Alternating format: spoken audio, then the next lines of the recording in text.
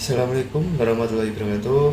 Perkenalkan, nama saya Rahmat Dwi Arianto, NIM 2233592 kelas B.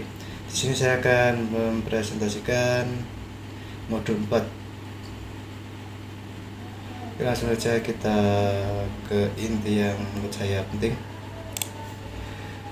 Dalam modul ini kita akan mempelajari yaitu menjelaskan bagaimana protokol lapisan fisik, layanan dan media jaringan mendukung komunikasi lintas jaringan data. Judul topik: tujuan dan lapisan fisik. Tujuannya, topik tujuan. Jelaskan tujuan dan fungsi lapisan fisik dalam jaringan. Karakteristik lapisan fisik. Jelaskan karakteristik lapisan fisik. Kabel tembaga. Identifikasi karakteristik dasar kabel tembaga. Kabel UTP. Jelaskan bagaimana kabel UTP digunakan dalam jaringan internet. Berikutnya itu pemasangan kabel serat optik. Jelaskan kabel serat optik dan keunggulan utamanya dibandingkan media lain. Media nirkabel. Hubungkan perangkat penghubung media ke kabel nirkabel. Oke.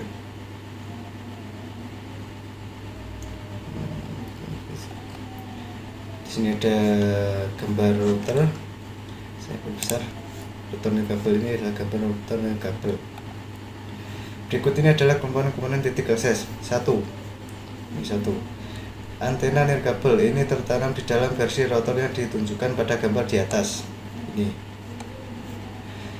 2. Beberapa port switch Ethernet. Ini ada 4.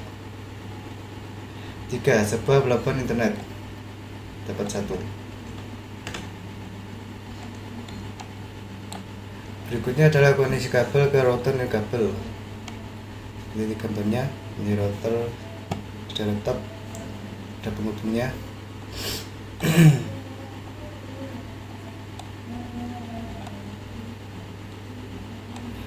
Koneksi kabel menggunakan NIC Ethernet.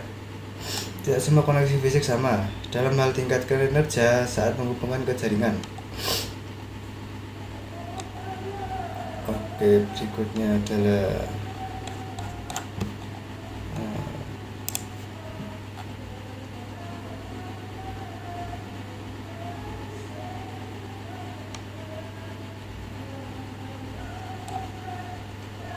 standar lapisan fisik.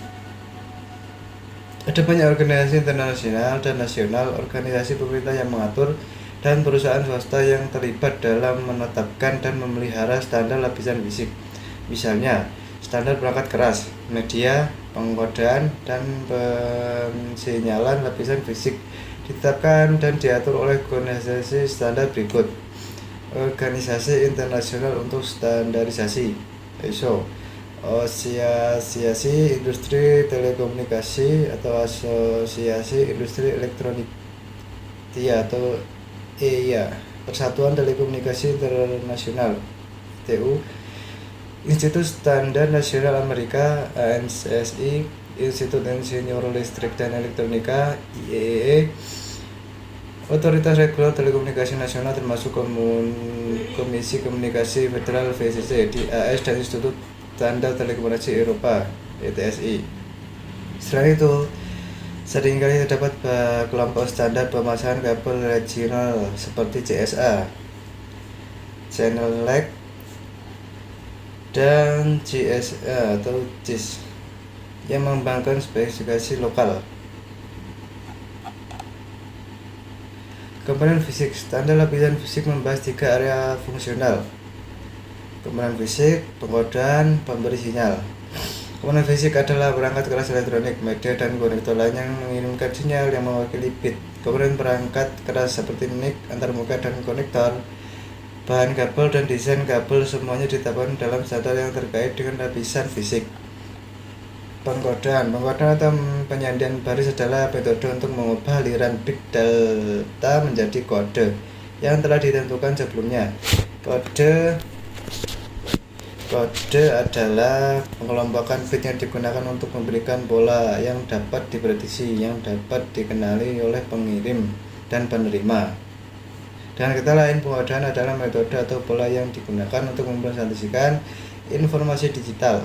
Ini mirip dengan cara kode Morse mengkodekan pesan menggunakan serangan titik dan garis, serangkaian titik dan garis. Ini ada gambarnya. Pensinyalan lapisan fisik harus menghasilkan sinyal listrik optik atau nirkabel yang mewakili 1 dan 0 pada media. Cara bit dipresentasikan disebut metode pensinyalan. Standar lapisan fisik harus menentukan jenis sinyal yang memiliki 1 dan jenis sinyal mewakili 0. Ini bisa sederhana berupa level sinyal listrik atau pulsa optik. Misalnya, pulsa panjang mungkin mewakili 1, sedangkan pulsa pendek mungkin mewakili 0. Sini ada grafik atau gambarnya. Kabel tembaga.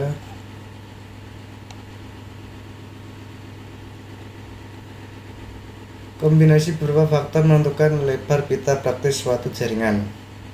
Sifat-sifat media, teknologi yang dipilih untuk memberi sinyal dan mendeteksi sinyal jaringan. Seperti media fisik, teknologi saat ini dan hukum fisika semuanya berperan dalam menentukan bandwidth yang tersedia. Tabel berikut menunjukkan satuan ukuran yang umum digunakan pada lebar pita. Satuan bandwidth bit per detik, singkatannya bps. Persamaan derajatnya 1 bps sama dengan unit dasar bandwidth. Kilobit per detik, singkatan bahasa Indonesia ke bps. 1 kbps sama dengan 1000 bps sama dengan 103 bps. Megabit per detik, kecepatan 1 mbps, 1 juta mbps, 106 mbps, dan seterusnya.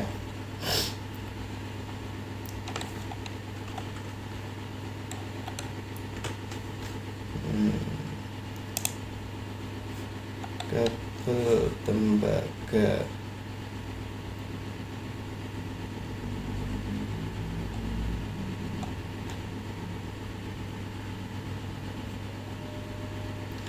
Karakteristik kabel tembaga.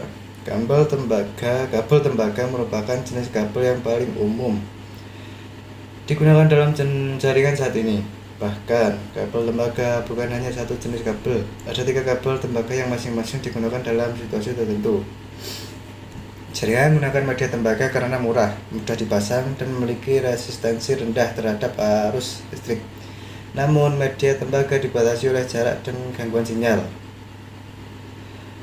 waktu, dan nilai tegangan pada listrik juga rentan terhadap gangguan dari 2 sumber, yaitu gangguan elektromagnetik EMI atau gangguan frekuensi radio RFI. Berikutnya adalah crosstalk. Crosstalk adalah gangguan yang disebabkan oleh medan listrik atau magnet dari sinyal pada satu kabel ke sinyal di kabel yang berdekatan. Juga adalah gambar yang menunjukkan bagaimana transmisi data dapat terpengaruh oleh interferensi. Sini gambarnya. Jenis-jenis kabel tembaga. Ada 3 jenis utama media tembaga yang digunakan dalam jaringan. Kabel twisted pair UTP, ini tanpa pelindung. Kabel twisted pair STP terlindung. Berikutnya adalah kabel koaksial, seperti ini gambarnya.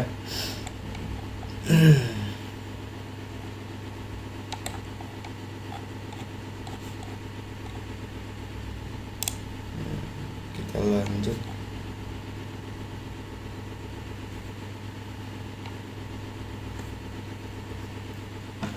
Sifat-sifat kabel UTP. Pada topik sebelumnya Anda telah mempelajari sedikit tentang kabel tembaga unshielded twisted pair UTP.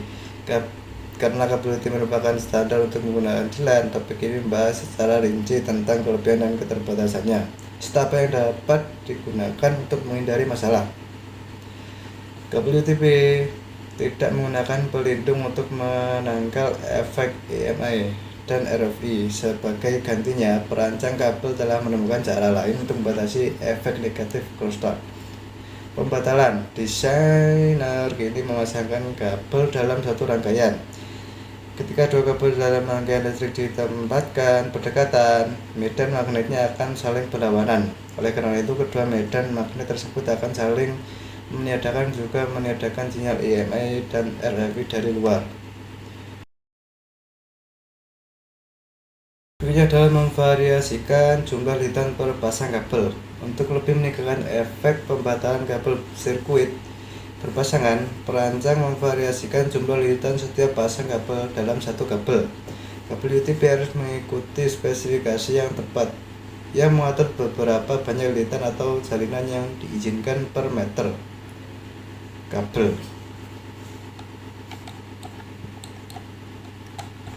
Gambarnya standar dan konektor mobil UTP.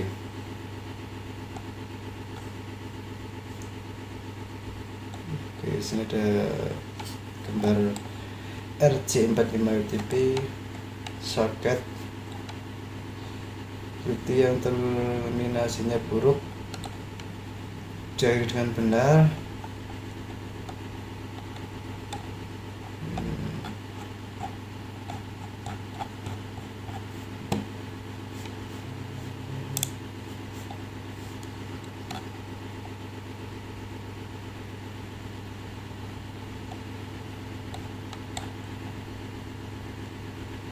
Berikutnya adalah jenis media serat. Kabel serat optik secara umum diklasifikasikan menjadi dua jenis: serat mode tunggal SMF, serat multimode MMF.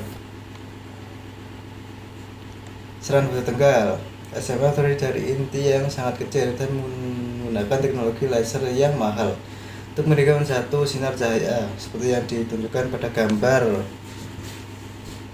Ini gambarnya. Serat multimode fiber MMF consists of layer.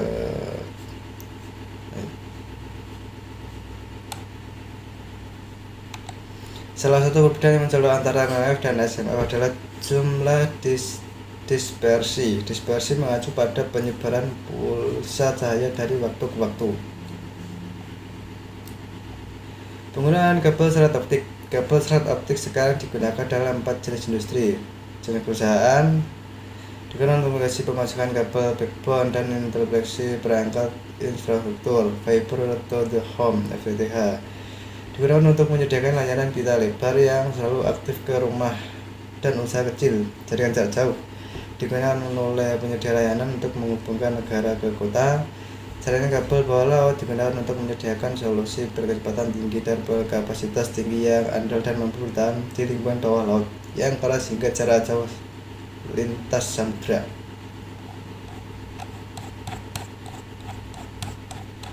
Oke, sekian dari saya pembahasan modul 4. Bila ada kurang lebihnya mohon maaf. Assalamualaikum warahmatullahi wabarakatuh.